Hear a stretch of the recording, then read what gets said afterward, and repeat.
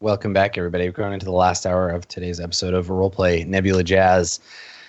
Quinn, you and the stranger arrive in the system that contains Dead Man's Reef. The two of you are in a very fast vessel, and so have made your way from the Jacker fleet to this place in record time.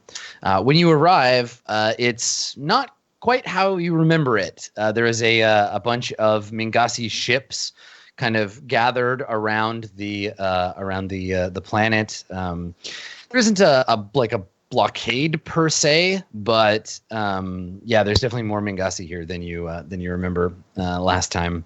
And you've got a bead on the part of the planet where Thuja was last seen. The stranger has done no communicating with you. In fact, it hasn't spoken at all since you encountered it. It just chain smokes cigarettes and sits next to you playing vaguely ominous like 30s trumpet music. Terrible. We're in a confined space.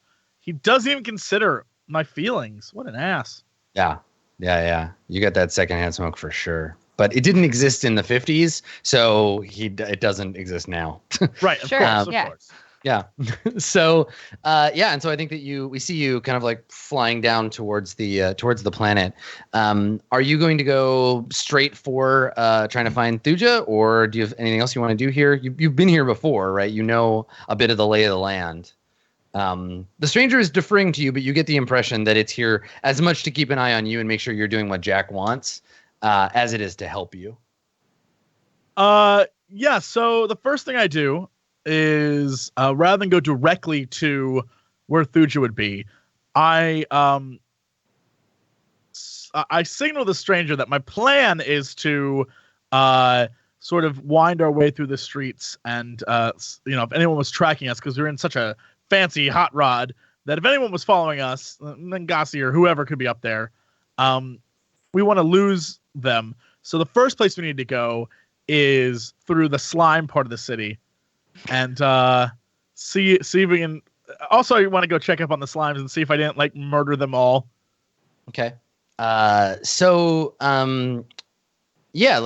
stranger doesn't say anything. You're speaking to empty air. And you park your space car somewhere that you can leave it, and then you head out into the city on foot.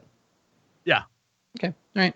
So the Dead Man's Reef, while it used to be kind of a smuggler's haven, lawless place, most of it has been dramatically cleaned up by the presence of the Mingasi. The streets are quiet. It seems like a lot of the population has just vanished. You just don't see them around anywhere. There are Mingasi propaganda stations at several of the corners that are just playing the sort of Mingasi Imperium news reports. There's a kind of rotating ticker of Mingasi information, community information, right? How you have to behave now that you're under martial law. And occasionally you'll see some of the gold and ivory Mingasi hunter drones kind of floating around. Now, are you making a particular effort to stay hidden? Are you still dressed in your leisure suit from Jack's ship, or? Oh no, I'm not attempting to stay hidden at all. Zero. I am out in the open and flashy, and if anything, I'm doing it so I can test the stranger to see what this guy's about. Okay. I think when you go to look to see what he thinks of what you're doing, he's vanished. Like you turn to look over your shoulder, he's just like he's gone. What an asshole. Yeah. You get the impression he hasn't left, but that he's just kind of like skulking in the shadows or using some of his weird alien power to be outside of your view. So I think that we see the two of you head to, you don't see him, we see you, and he's lurking somewhere nearby, head towards the slime slums. And when you get to the perimeter of where the slums are, instead of seeing the big spire of their ship that they were building, you don't see that. You see a gold neon kind of blockade, a hollow blockade across the street, and there are a couple of Imperium soldiers in their chrome armor standing in the street blocking it. Yeah. Quinn walks up to them and he's like, "Damn, cool cats! What happened here?" One of them Because he's in character, of course. Yeah, one of them turns his head towards you, and he says, "Step off, Jacker." And the two of them kind of like, they don't point their guns at you, but they're like, "We have guns. Check them out. I'm threatening you." Quinn sort of like that's how I threaten lurches closer to them and sort of stands above them. He's like, "Just asking a question, man." and the other one is like, "All right, Beatnik, this is your second warning." Quinn pushes their guns down a little bit and he's like, "No need to get crazy." And he like starts to back off. Okay, all right. So yeah, when you go to touch the guns, like one of them I think points his gun at you, and the other one kind of like rankles a little bit, and you back up, you back away from them, and they kind of turn their attention back to each other, go back to talking about the new T16, whatever, and you hear a voice from an alley nearby, and it's like, "Psst, hey, you." Quinn looks around, and Indy's like, "Stranger, is that you?" you turn and look into an alley, and at first glance, I think you look past it, like the camera tracks over it and then tracks back. It looked like maybe just like light reflecting off of a puddle, but then you realize there's some kind of like slime creature in the alley that's just like, "Come here, hey." Quinn, as inconspicuously as possible for a lizard man in a giant neon pink suit, sort of like slinks off to the side. He's like, "Hello." So there's a slime that looks like someone made kind of grayish jello out of the stuff that they dragged up out of their drain. It's like a jello mold. It's like bits of like hair and like trash and stuff floating in it. And it says, it looks up at you and it says, it's like, "Not a good idea to ask questions about Slime Town." "Why not? What happened to Slime Town?" He says, "A terrible failure. The attempt to reconvene with the mother slime didn't go so good. Something about the stabilizers. What about the stabilizers?" They didn't stabilize." Quinn just like looks around. He's like, "I should have expected that." "Okay, so what happened? What happened to all the slimes?" "The faithful gathered in the ship and got ready to return to the mother. At the appointed hour, the vessel was activated. I don't remember much after that. I was thrown clear by the explosion, you see. They're still scraping some of us off the walls." Quinn is like looks back at the quarantined area. He's like, "Well, why won't they let us back in there?" "They say it's dangerous. Biological hazard." "Do you think it's dangerous in there?" "I'm having a hard time thinking at all. I'm so alone now." "What if I could help you get back inside?" He says, "But it's a mess in there. And there's so many Mingasi." "But your friends are in there, right?" "No, all dead. Everyone's dead. They all died." "How do you know that if you haven't gone back inside?" And it like reaches up with two filthy tendrils and like grabs the side of your face and like kind of pulls you down to it, and it extrudes like kind of like a simplified smiley face but with a frown, and it's like, "I felt their dying screams." And Quinn's like, "Well, are you sure there are no more slimes in the reef?" He says, "Not certain, but the ones to which I was connected have all died horribly. But I can tell You're a friend to the slimes, aren't you? Quinn nods like, yes, of course. You want to help me, don't you? What do you need? And like the face is doing that like Terminator 2, like T-1000 through the broken window, like slowly like extruding towards you. And it just says, join me. And you can feel it like trying to get in your mouth and your ears all of a sudden. And he's like trying to like slurp you up and like consume you basically. So the slime like jumps up onto you and it's trying to get up in you. What do you do? Quinn in Jacker fashion pimp slaps him away. Trying to backhand the slime? Yeah, just backhands the slime. Okay. All right. Let's make an opposed roll. He's gonna try and get you. You can use forceful, I think. Okay. Oof. All right, and I got a 4. I got a 4. I mean, I'm gonna use the fact that I am I mean, like, I'm the destroyer of the Great Library. I can handle a guy like this. Right, that this struggle is below you. Yeah, like I don't like this guy. What a jerk. Are you gonna use that to reroll? Yes. Okay. All right. Go ahead and do so. There you go. All right. So it's a combination of like sneezing him out and throwing him like off of you because he's already kind of like gotten in one of your nostrils and like so you like throw him on the ground and he kind of splatters a little bit and like worms away from you. And he looks up and his little like sad smiley face is like quivering on his filthy surface. And he's like, why do you reject us? Quinn just like sighs and turns around and walks away. He's just done with he's like, no, slimes. Come back. Let us dissolve your organs. And you like start walking away and he's like, please. And then it just kind of gets quieter and quieter as you leave the alley.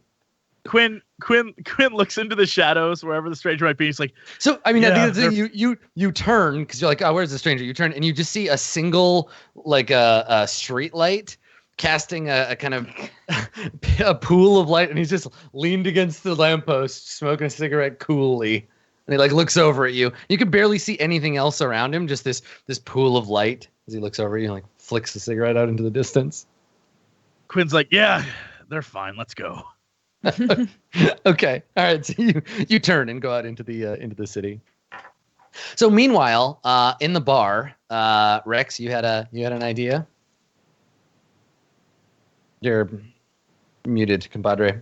We're just gonna fucking do it. So that guy like looks down at the table and he's like, this bar used to be cool. And then it like cuts like cinematically to like Rex's boots as he's like walking along parallel to the bar. Like Bohemian Rhapsody starts playing. You see like the fur coat like drop to the ground behind him and the hat. And then it like pans up and you see like tattoos and dried blood and ripped shirt. And he like ends up parallel with the kitchen doors and you see him just like pop the cork on this potion and just like kick it back. Right. And then like Aurora feels like a squeeze on her shoulder as he just like vaults the bar and just like slams the swinging doors like open and just like walks straight into the kitchen. Yeah. Jesus Christ. So it's like the first shots are like, yeah, is this the real life? Is this just fantasy caught in a landslide? And as you walk up and you're like looking at it, it's like no escape from reality as you look at the drug. Yeah, he like looks at the vial, open your eyes, he like kicks it back. Yeah, you like inhale the contents. And that's when it's like, anyway, the wind blows, and then you like bust the door. Yeah, it's when it goes like for me, it's like he like hits the doors, and it's all in slow motion. The doors like swing open in slow motion. It's like mama, he just like starts walking in. Right, and in slow motion, this is when, as you walk in, you see the waiters reach into their aprons and pull out like guns, like machine guns. Yeah, they just want to start shooting at you, and like laser machine guns start firing as you walk towards the bar, and everything's going in super slow motion, and it's kind of like sparkly. Yeah, as this is happening. Like throw a waiter, and he just like flies through the air. All in slow-mo. Yeah, it's all in all in slow motion. There's a part in this song where we know things are going to get real, but for now it's all really slow motion. People getting thrown around. Let's see how it goes for you to get there. I think this is flashy or forceful. Either way. I'm also going to give you. Let's see here. I give you a boost for the drugs. Do? I'm going to call it Thunderbolt and Lightning. You can use it. You can use it once for a free roll, reroll, or a +2. And everything is you're just like hyper aware of everything that's happening, moving like faster and more intensely than you ever have before. And you just have this sense of like, not necessarily like an inflated sense of your own ability, but that nothing really matters. And you're just like shrugging off the bad feelings you could ever have about any of this. Yeah. Go ahead and make your roll. It's either flashy or forceful, I think, because you're just busting in. Yeah. All right. 2. Okay. All right. I will roll. I roll to defend as the squad of waiters try to mow you down. All right. So it's tied. Do you want to spend that point? Let's do it. Let me spend that point. Let's make it full.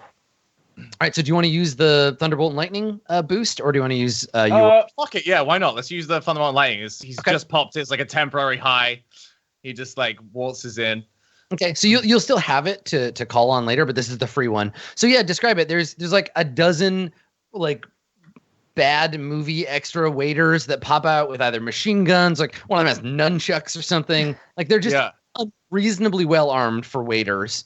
But you just punch, kick, and bite your way through it. Am I just like dispatching them?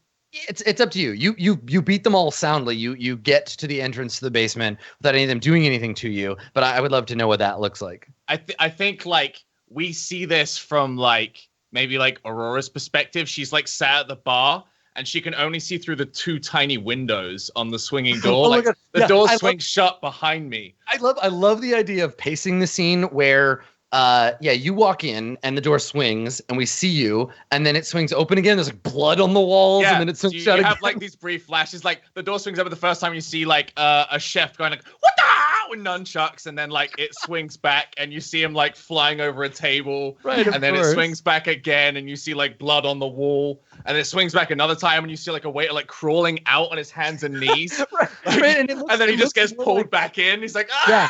I'd say the guy looks more like less like an extra in like an 80s kung fu movie and more like an extra from a World War I movie. Like he's crawling and he's missing an arm. Yeah. like please, yeah, like no, the Wilhelm scream as he gets like dragged back in. Whenever became Kill Bill. Yeah. Whenever the door closes, you only hear noise from the bar. And people like drinking and having conversations. Yep. You don't hear the music at all. The door swings like open, the music starts again. Music. Oh, that's so good. I love the musical cue of them playing outside. Oh, that's so good. And then and so you just like murder your way through. And I think that the three of you, we have that thing where you're aware of what Rex is doing, but no one else in the bar is. So Aurora, you see the door swinging open. You know Rex is in the middle of action, and then same for you, Eugene. You're aware of this happening. What are the two of you gonna do? I mean, I didn't necessarily have. I didn't necessarily have a plan. So for me, I'm like, all right, so we should probably do something. And by the time I'm done with that thought, Rex is already fucking doing something, right? I'm like, oh shit. So I think I'm like making my way after Rex or like trying to. I feel like it's like all slow-mo for me, and I'm just sitting there like drinking and watching, and if he calls for help, I'll help, but obviously he doesn't. His epic fight, right? And I'm sitting there, and the guy next to me, the hippo with the bird, just like start freaking out in slow-mo, and you can see them like going crazy. He's like, this is like, what I was talking about. Yeah, maybe he's really excited, like, yeah! And he starts going crazy. Yeah, and you see that guy? He starts picking up bottles of booze and just like throwing them, and glass and liquids are shattering all around Aurora as she's staring into this. I mean, this is the question, right? So right now, like the hippo dude, he's seen that something's going on. He's kind of peering over it, and he's like jamming handfuls of fruit into his mouth like popcorn. and making quite a mess out here. But no one in the bar has noticed yet. There's a distinct difference between the two. You could certainly make a racket out here, but that would get the attention of the VIP section, and that would escalate the whole situation. Or you can go into the kitchen behind Rex if you want and follow up and continue the chaos on that side. But right now, you two are in the safe zone of the bar, and then there's the kitchen, and there's downstairs. You guys should come with me. I mean, I'm following you. Yeah. Okay, so you're gonna try to slip back in behind him. Yeah, I think after I finish my drink, I just set it down, and then the hippo guy just automatically grabs it and then just chucks the glass into the wall. And I'm just like, whatever, man. And I just like walk past him and go towards Rex and Eugene. You have to like come around the bar and go in. Yeah. That's the thing. Yeah. Okay. All right. So you go into the back, and yeah, it looks like a horror movie. It's like just like blood of varying colors splashed all over the walls and the ceiling, bits of waiter, and yeah, like you said, Nacho, like Kill Bill, like just chunks of arm and leg all over the place. And you follow the trail of carnage to the back, and there is a there's Rex. You are approaching this like shut sort of cellar door. Okay. Is a big like chef dude here?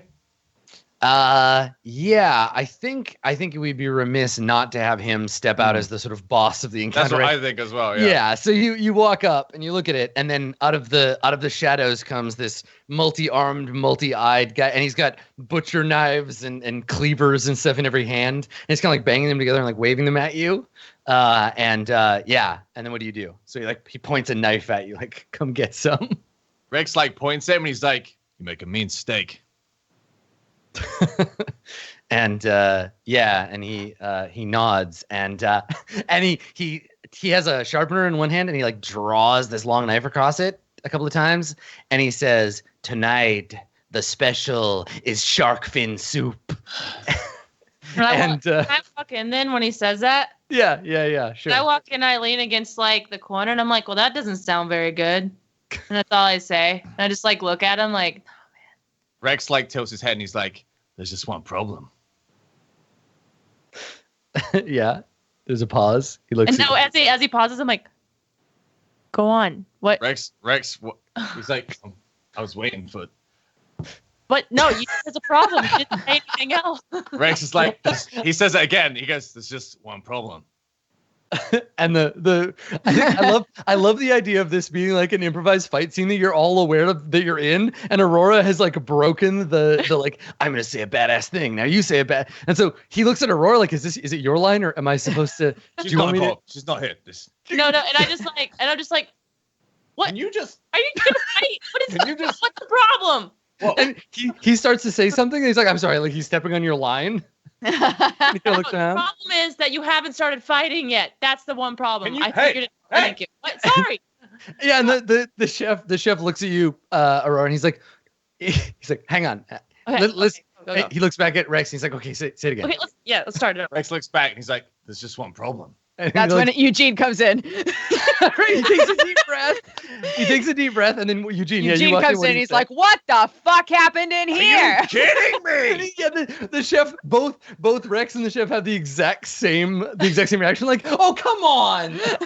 Oh, Eugene, man, you gotta let him go. Hold on, we gotta find out what. Sorry. Okay. We're okay. You're good. You're good, man. You're good. Let's go. Okay, go on. Give it to me again. There's just one problem. And what's that? The portion was too small.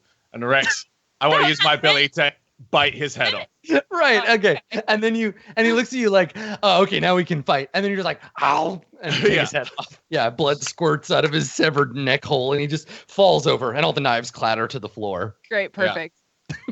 And I just like, that was so cheese, man. That was so. Oh my gosh. Rex like stands up, and he's got like a bit of tentacle hanging out of his mouth, and he's like, "Don't ever do that again." Yo, right? I recorded that too. Can I upload that? Don't ruin my vibe. Can I upload that? I'm gonna upload that too. I think that Space will just really love that moment. You know what your new name is? Buzzkill. Okay. No, my buzz isn't killed. That was great. Rex like like grabs like the hulking mass of the chef and heaves it to the left, feeling throws like aside. two like cellar doors in the ground. Eugene makes his way over to the doors too and like discards the hat and the coat, and now he's just bright red because the floor is covered in so much blood that he couldn't dodge it and is just covered in blood that he's been accumulating while making his way over there. Yeah, absorbed it by rolling through the mess. He just like discards everything but is red and doesn't realize it. It's like, all right, so shall we? Yeah, hopefully your friend isn't dead. Man, Eugene, what? you really got a makeover there. You gotta watch where you're walking, buddy. Or sliming. I don't know what you do actually. So this isn't my fault. This is your fault, okay? And I just open the fucking. Rex, How is Rex that? I'm not heaves bleeding. one of the large doors open, revealing a staircase down. Yeah, there's a set of metal metal stairs that run down into, and you can feel cold air coming up from below. Okay. So yeah, you pull the doors open. We see the three of you about to descend, and then we cut over to Quinn. So Quinn, where are you at? Where do you go after you realize the slime slums have been ruined? We head over to wherever Jack said that they had seen Thuja last. Yeah. So you go to this another in a long line of bars that have been ruined by the PCs in this game. And I think that we see the bar where Pebble was, and there's so you come to this bar and it looks like the site of a crime, right? There's the holographic equivalent of caution tape. There is some of these drones floating around. One of the drones is repeating in a bunch of languages like, nothing to see here, please go home, right? Return to your homes, nothing to see here. There are some technicians, like the actual police have left already, but there's some technicians. And what we see is some alien in a like a jumpsuit pushing a wheelbarrow full of miscellaneous rocks out the front door. And yeah, it looks like there's a pretty terrible crime that happened here, though you don't see any bodies. Just this big thing of rocks. Quinn looks at the rocks and then at the bar, and he's just like, "What the hell happened here?" And he tries to get a peek inside, but I imagine it's all quarantined off as well. And he's starting to realize everything's a mess. I don't think that there's any. I don't think that there's any guards here, so you could probably like just duck under the hologram and kind of sneak in without anyone noticing. And that's what I totally do. Yeah, one of the guys pushing the wheelbarrow, like the wheelbarrow guy, kind of like looks at you, but shrugs because it's not his job to like defend the place or whatever. So yeah, you slip inside, and there's just like a ruined bar on the inside, and there's much more evidence of a fight. Laser burns on the walls. There's blood stained on the floor. I mean, I guess there's probably some kind of sign left behind of like Rex's fighting. Maybe there's like I know. So you're looking around, and you walk over to the bar, which is like all like destroyed, and we see kind of at the periphery of your vision a little triangle of something sticking up out of the bar. And when you walk over, we see you reach down and pluck it out of the bar, and we get a close shot of your hand. You're holding a shark's tooth, like an enormous, jagged, like shark tooth that was stuck in the bar. Quinn looks at it and then does like he sort of sniffs the air and tries to determine if it's the scent of a sharkanoid that he knows. Okay. Because if there's blood everywhere, it could very well be his blood. Yeah, definitely. I mean, we all smell pretty fishy. It's hard to discern between sharks. Yeah, but you don't have a lizard man nose. Like you wouldn't understand. Lizardmen are trained to smell these things. So I'll get you. Help me out with this, Sam. What is like the distinct thing that sets your smell apart? What would Rex? Yeah, what would Rex notice? How would Rex be able to tell the difference between how you smell and how like any other? Mean Quinn? Or how Quinn would be able to smell you? Rex, he has like a very particular cologne that he likes.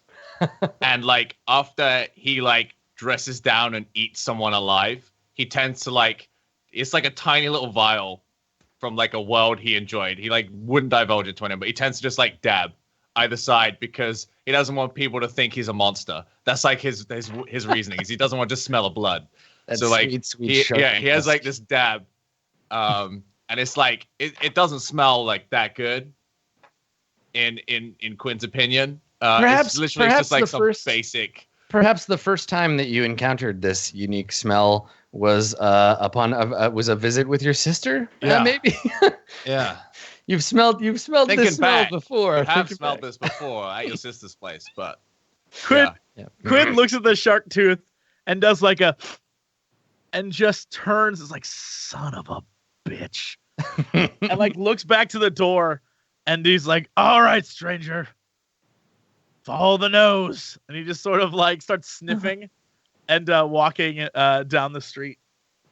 Yeah. And you look over and you see the stranger kind of shadowy sitting on one of the bar stools, drinking from like an empty tumbler, like an empty glass. And he sets it down and it evaporates into smoke and then he disappears. And you head out. Now, do you want to use that scent? Do you want to try to bloodhound, like track down Rex? Yes. Okay. All right, cool. Let's have you roll to do that. This is going to be a clever roll. I think difficulty 2.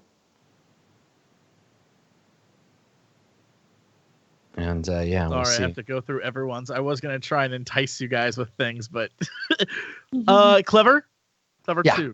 Yeah, clever 2. I can do that. Nice. Okay, so you pick up the trail. So the complication is that you'll show up after things have gotten really like real. Like you won't be able to intercept them before they get into the big situation. But you'll show up shortly after that, which might work for you. Meanwhile, back at the bar. You pull the door open and you're gonna head down into the cooler, I guess, downstairs. Okay. All right. So the three of you, Rex, do you go first? Mm-hmm. Yeah. Okay. You climb down the ladder into the basement, and as you imagined, there's big chunks of alien-looking like meat hanging from hooks. Everything is like vaguely misty down here. There's a kind of bluish light coming from above. Great place to have a fight scene. And as you continue to walk through it, Eugene, I think you can feel your body getting a little like stiff, right? Because you're mostly fluid, so you're starting to like kind of stiffen up a little, and like ice crystals are forming inside your slimy mass. Okay. And as you approach, I think you see lying next to you on the ground, you see a pickaxe, like a miner's pick. You see some bits of stone lying on the ground. No! And you continue to walk through. You see a box, a wooden box with TNT written on it, and there's some like sticks of dynamite in it. And we follow you, and Rex, you come upon the an area that's been cleared, and you can see tied to a chair. You see the rocky form of Dwayne, and there are 2 suited goons in the room. One is a huge sort of square-shaped thing with grayish skin, kind of a Godzilla-like fringe and a dog-like muzzle, and he's wearing a black suit with a white shirt and a black tie. And then there's another one who is maybe like 10 or 11 feet tall, hunched over, kind of stick bug looking with a big like mantis eyes. Also long black suit, white shirt, black tie. And the big guy is pointing a jackhammer at the head of Dwayne. He's got the point to like Dwayne's head, and there's a long electrical cord running over to a generator that's kind of humming away in the corner. The mantis-looking guy is playing with like a balisong, like a flip knife, and when you come in, he points it at you, and his little mandibles kind of twitch, and he says, "One more step, and we kill the Rock Man." And Dwayne kind of just like looks, and you can see he's got like parts of him are cracked, and there's like chips that are missing from him. If you had the biological and cultural context for this scene, it would be much more frightening. But he just kind of looks like a bunch of rocks that have been banged up a little. And so you, maybe, I don't know, Rex, do you stop? Yeah. We've got this jackhammer ready to kill Dwayne. No. Eugene, Rex kind of stops and takes down and he's like, didn't think boys like you needed a hostage. And the mantis kind of flips the knife a couple of times. He's kind of playing with it, and he's like, we don't need a hostage, but boss's orders. And Dwayne sees you, Eugene. Again, we can't tell because his face is just one big boulder. But a rumbling sound that approximates no language comes out of him, and he's like, Eugene, get out of here! It's not. And the guy like bangs him in the head with the jackhammer, and he's like, quiet, you. And, hey, whoa, Dwayne that's not necessary. That's not. We're talking like gentlemen, right? Leave the guy alone. And so the three of you are all kind of like saying this tense situation, and I think that you what do you want to do? You want to say something? Do something here? Me? Any of you? Because there's a tense moment where they're kind of just like, oh, we got your friend, we'll kill him. As a tense, I'm just like, I mean, now's your chance, Rex. You got another one? You got another one of those things from back there? I'll get the record button ready. What are you recording on? My Pip-Boy. Rex is like, yo, let me see that. No, man. No. I won't record anymore, I swear. Okay? Yeah, that's what I thought. I'm not deleting it, though. Rex turns around to the men. Both him and Eugene are like uncomfortably covered in their colleague's blood. Like, it is... We're wearing it. Like, and Rex is like, all right, so how does this play out? You tell me, because that's the exit. It's behind me. Even if you kill this guy, you have to try and get out. I'm not really understanding the situation here. And the big guy, or no, the mantis guy is like, look, a tough guy over here thinks just because he killed a couple of waiters, he can come down and push me around. I don't think so, tough guy. And he looks over at his big, Why you come over here and say that to my face, huh? His big lumbering friend. He's like, yes, tough. I have a question. Yes. So, my stunt is that once per session, I can pull a team member out of danger. And I would argue that Dwayne has been my team member. Oh, since... no. Damn it. Dwayne is no member of your team. You can only use that ability. You can only use that ability on these He's been my best friend. No. I see what you're trying to do, and it's valiant. You think about reaching out for him, but yeah. So Dwayne looks up. Dwayne looks up at you again, kind of recovering from being stunned, and he says to you, he's like, Eugene, leave me here. You have to go. They knew you were coming. It's a trap, Eugene. You got it. And he starts getting upset and starts shouting at you. And the big guy's like, quiet, and hits him with the thing again. And what do you do when he's like, it's a trap? You have to run, Eugene. Rex is still yelling at the like madness guy. He's like, come here, twig boy, huh? You want to talk shit? Say it to my face. Let's go. I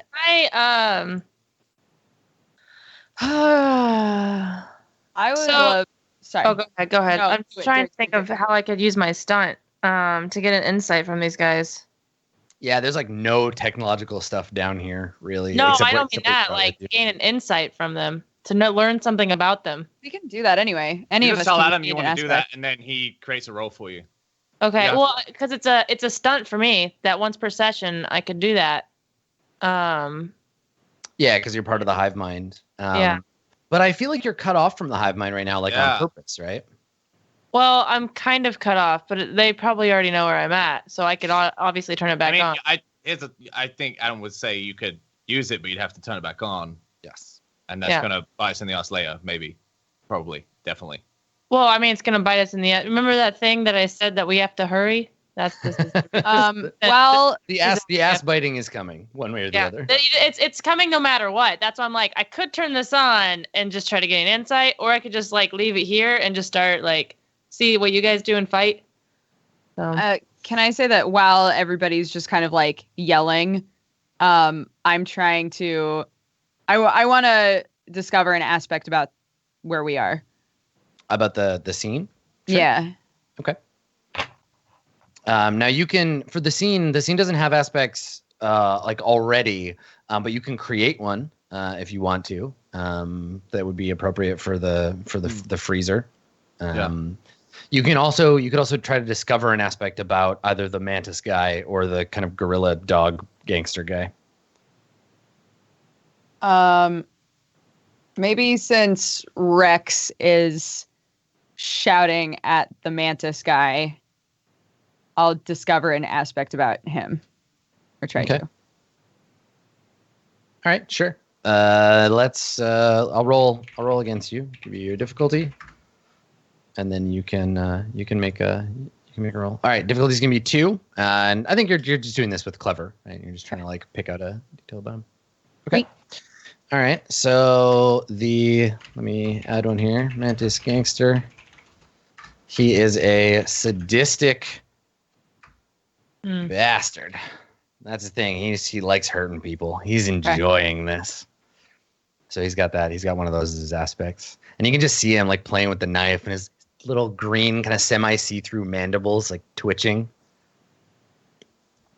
And I think here's the thing. So you're all in this room, and Eugene, you're looking at him. Aurora's looking around for an advantage. Rex is like shouting at the guy trying to goad him, and then you hear behind you something. You hear like footsteps or like someone approaching. And when the camera turns, we see 2 more like gangster type guys, big like muscled guys, and then between them, down near the floor, running on all fours, is a little pink marsupial creature in a red sequin dress. Damn. And she runs up. She like scampers up between them and like gets up on her back legs, and she looks at all of you. I like the idea that like one of them like puts down like a step. Yeah, she, totally. Like, scampers up a step until she's like unfolds a waist little height. ladder and puts it down. She scampers up it, and she's got something. She's got a little metal like boxer's meat in her hand, and she looks at you, Eugene, and she's like, "Eugene, you idiot! Oh, God, it feels so good to be evil. This is why." And she pushes the button, and she's like, "Revenge!" And gas sprays from the ceiling over where you're standing. It's like white, like cloud kind of sprays down from you, and you can feel all of you. You can feel your like muscles freezing. They're basically she's spraying you with some kind of like freezing gas, and Eugene, you start to like turn into a big green ice cube. And Rex, same with you. You can feel yourself getting like sleepy and tired. And I use my stunt. Yeah, what are you gonna do? I use my stunt to get Rex out of here. So here's the situation. One of you can use your stunt to get one of you, but they have to escape. It can't be like, cool, I fight them and I eat people and like Rex has to leave. You have to get away. And that's fine. You can do that. But the other 2 of you will get frozen by the thing. You can also try like roll to try to resist or use an ability. I want to roll to try and literally heat up the room with my what was it? Synthomagus abilities. Right. You want to use your magic to try to counter you did just press a button. There's got to be some kind of mechanism. There's also it has to be technology though, like computers and stuff. And this is just like she's pushing a button to open some valves. I'd like to argue that I am in fact cold-blooded, so this ain't shit. I'm just gonna. Yeah, but if you're cold-blooded, doesn't that mean you pass out when you get cold? Yeah. If anything, it's worse for you. It's if worse. anything, that is way worse. Yeah, you're right. In fact, fuck it. I'm gonna compel you to just pass the fuck out. Oh gosh. So maybe Eugene. I mean, you don't have to take it. You can give me that other point. But I'm gonna compel you, Rex. That Eugene looks at you like you gotta get out, and you're just like fall over. I think what happens is like I start to feel woozy like as she's talking before she even hits the button. Right. Yeah. And then I reach back and I like look at the card and it's the Weasel's card. Yeah. And then like I read the bottom and it says chemist, and I like hadn't read that part before, and I'm just like, oh shit, and I'm like getting side effects. Yeah. And then like I start to get frozen, and I just face first into the ground. It's like, Night, mommy. Yeah. Fall down on your face. Okay, perfect. Okay. What Aurora? What do you want to try to like keep yourself awake for now as the anti-steam, the cold I don't rays? want to do that. I want to like literally just send out a burst of heat, kind of like almost like flames. I don't want to set anything on fire, obviously, but just a burst of heat around me. So, Okay, and what to do? What though?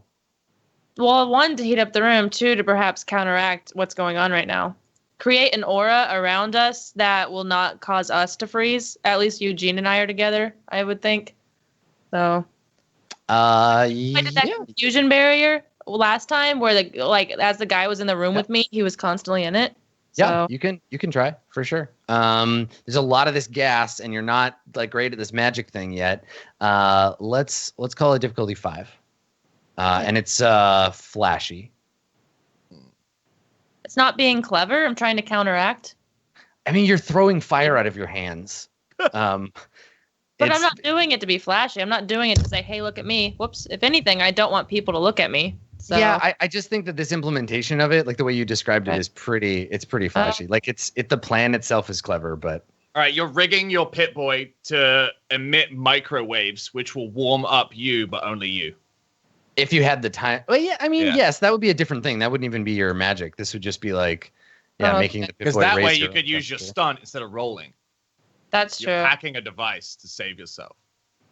That's true. I could just do that. Would be easier. But yeah, sorry, Eugene. It's cool. It's cool. It's cool. Yeah, then I'll just do that. I'm gonna hack my own device to just okay. Yeah, if you're willing to use your stunt and to like get out of here, you can run because she really only wants Eugene.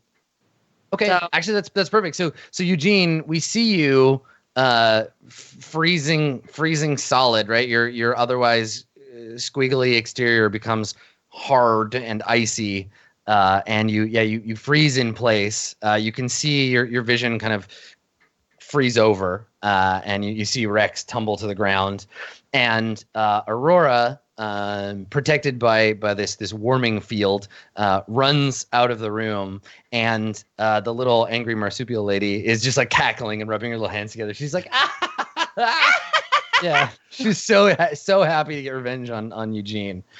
She doesn't even care. Like one of the guards turns to look at you, and she doesn't even notice as you run out, Aurora. And Aurora, you bust up out of the basement. Where do you go? I'm gonna go back to the front. I'm gonna get out of the kitchen. That's okay. Yeah. So you come running out of the kitchen. Do you leave the bar? Is Hippo Man still here? I don't know. Probably. I'm gonna run up to him if he's still at the bar. I mean, I imagine this is the Hippo Man. Like he's still going crazy. The bar. No, I mean he's once you leave and there's nothing to see. So he's back to normal. So he's back to just drinking. I think it's just like hanging it's like out a super bar. boring scene of like a waiter just like sweeping glass and like everyone's acting like nothing happened. Yeah, and he's just like, yeah. Yeah. Like the action's I'm gonna over. run up to him then and be like, yo, I need your help. I need your help really bad. My friend's in trouble. Like this little pink piece of shit doing bad things, and I just need someone that knows their way around this place. I need help, man. Do you know any friends? Anyone that can come help us? And he looks at you and he's like, if you cross the owner, honey, you ain't got no friends here. Are you saying that's the owner? The pink furry thing? And he nods. Are you friends with her? And he shrugs. He's like, listen, I'm just trying to drink. And he opens his mouth and the little bird's like, yeah, fuck off. Oh, listen, you piece of shit. You come out here right now. You got a mouth on you. You know that? Right. And as like he's yawning, and as his mouth is closing, the little bird like hops up on his front teeth, and he's like, I'll come out there, I'll fucking peck your eyes out. I'll kill you. And like the jaws just close. And he shakes his head. He's like, don't listen to him. He's drunk. Man. You're like, yeah, fuck you. I'll go out there and kick your ass. Like, come on. Tell your friend to bring it. You know what? I'll squash him and I'll eat him. So we cut from you arguing with the tiny bird in this hippo man's mouth, and we cut outside And I think that maybe the last thing we see in the episode, like the closing shot, is the neon sign advertising Missy's with the little like thing, the empty guard post with the door shut, and we hear the faint muted trumpet sound of the stranger's permanent radio as Quinn in his electric suit follows the scent of Rex up to the bar, and we just see you, Rex, highlighted in the neon light from the sign, and you can smell in the air something has gone terribly, terribly wrong. And I think that's where we cut the episode. We cut to credits there. You see like an over the shoulder shot of Rex, but the background is the bar, but it's like all blurred. Yeah, totally. I love it. Cool. All right. Well, good work, everybody. That was a fun episode. That was a good one. Meant of Quinn. Did I say Rex or Quinn? Incredibly silly. Again, I have a whole page of notes that I'm sure will not make any sense. I'm gonna have to rewatch this episode before the next time we play. But good work, everyone. Let's do some shout outs, and we will say goodbye to the weirdness of space for now. Eugene, why don't you start us off?